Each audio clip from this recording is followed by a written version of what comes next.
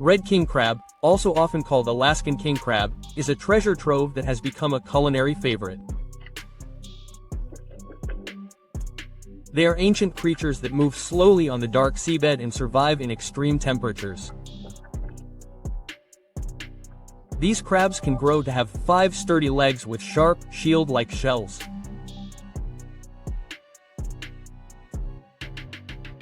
They can have a leg span of up to 1.8 meters with an average weight of around 3.6 kilograms and are the most expensive of the 3 king crab species caught in Alaska.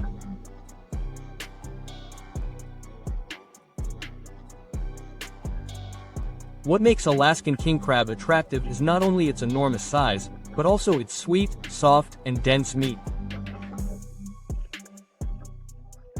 Its texture is always a favorite in 5-star restaurants.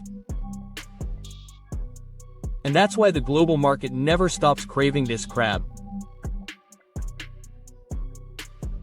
In Tokyo, a whole king crab leg can sell for more than 10,000 yen, or around Rp 1.5 million. Meanwhile, in the United States, a complete king crab meal can cost between $300 and $0, or approximately Rp 14.6 million for a family portion.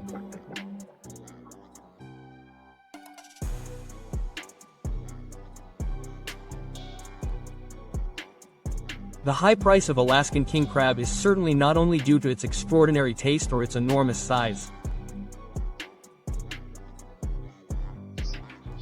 However, this crab can only be caught for a short time in extremely difficult conditions, requiring crews to risk their lives to obtain the crab meat. Alaskan king crabs live in the deep sea. They prefer extreme cold temperatures between -1 and 4 degrees Celsius and live at depths of 100 to 400 meters, although they are sometimes found even deeper.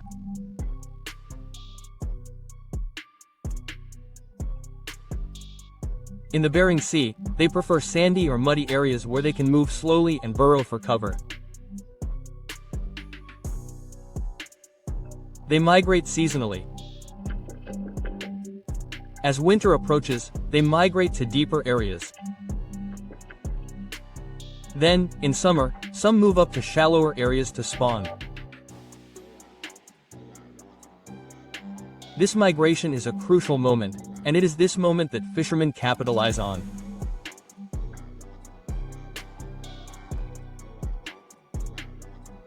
The Alaskan king crab catch lasts only 2 to 4 weeks in the fall, typically from October to January, with a peak in October to November.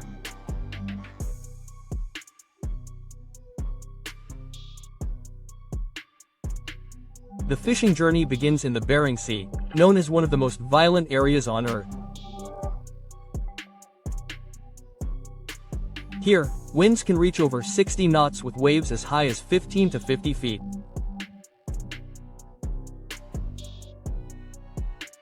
The Bering Sea, the natural border between Alaska and Alaska, is one of the few bodies of water that shows its brutal face almost year-round. Come autumn, the water temperature can plummet to near freezing. The fierce winds create waves that not only batter the hulls of boats but also break the spirit of anyone lacking a steely spirit.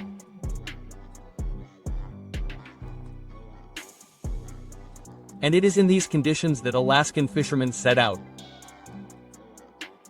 They leave their families, the comforts of home, and face real, terrifying risks. Some never return home. Their names are sometimes immortalized on new boats or simply remembered at annual crew meetings.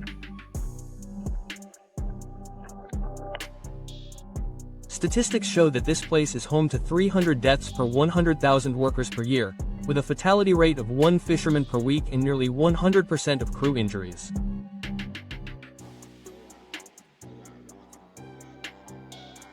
Despite the life jackets and training, extreme weather such as offshore storms and sub-zero temperatures pose significant risks.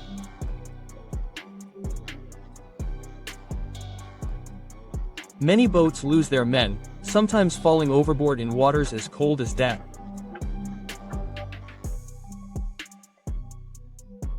So even after life jackets are thrown, within minutes, their bodies begin to numb. Then, within 10 minutes, most of them were motionless. Their bodies sank into silence, as the sea gave no time to rescue anyone.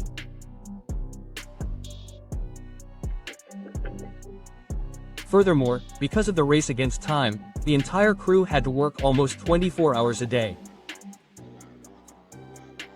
They slept only about 3 to 4 hours in rotating shifts. While one shift rested, the other had to pull the pots, sort the crabs, change the bait, and drop the pots back to the seabed.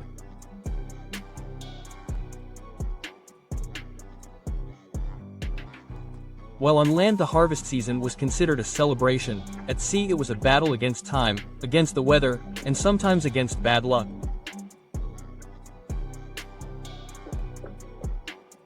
However, for many crew members, the risk was worth the potential for significant profits in a short time.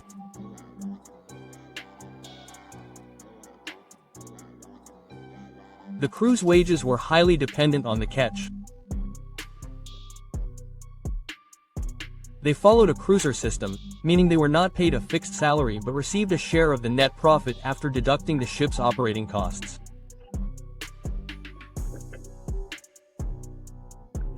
On a successful ship, a crew member could earn 20,000 to 50,000 rupiah, or around Rp 800 million, in just a few weeks of the fishing season. However, this figure was not guaranteed. If the catch was particularly poor, their wages could fall significantly short of that. Alaskan king crab fishing vessels are no ordinary fishing vessels. They average 30 to 45 meters in length. They are constructed of thick steel and specially designed to withstand waves as high as houses. Their hulls are rounded and deep for maximum stability, with open decks designed to serve as floating factories. These pots are made of an iron frame covered with steel wire, with 1 or 2 entrances on the bottom. Inside, bait is placed, typically pieces of herring, cod, or mackerel that have been decomposed to give off a strong aroma. Each pot is tied with hundreds of meters of rope, the end of which is secured with a brightly colored buoy, a flag, and the ship's number. A single ship can carry 100 to 300 pots per voyage. Each pot is identified, and the loss of even one can mean thousands of dollars in losses.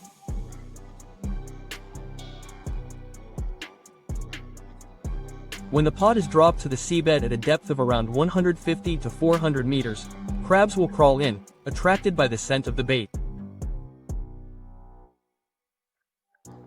Pulling the pot from the deep sea is no human feat.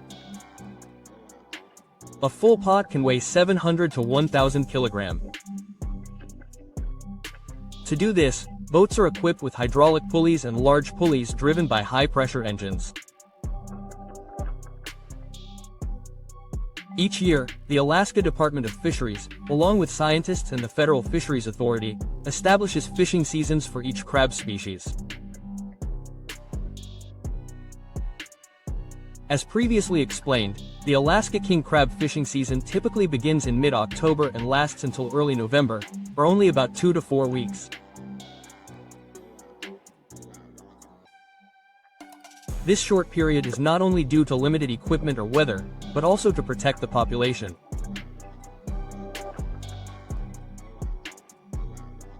If the crabs are caught out of season, when they are reproducing or migrating, next year's population could be wiped out.